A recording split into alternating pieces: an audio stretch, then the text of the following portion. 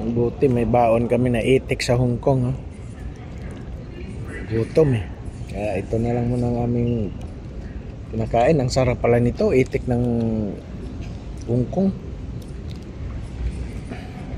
Kaso lang walang tubig kasi bawal daw uminom ng tubig sa loob.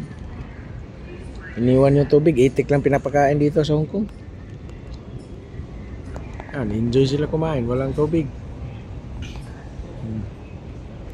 Kasi Kino, tumaba na, 4 days pa lang sa Hong Kong. Kung mag-stay ng 1 month to, sigurado, di nakilala ni Daddy.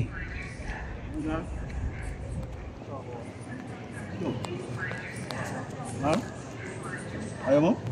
Sungat ah. Ha?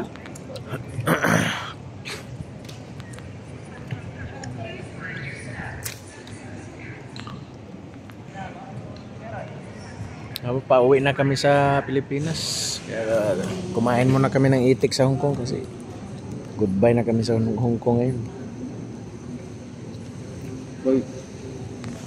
Thank you, Jesus.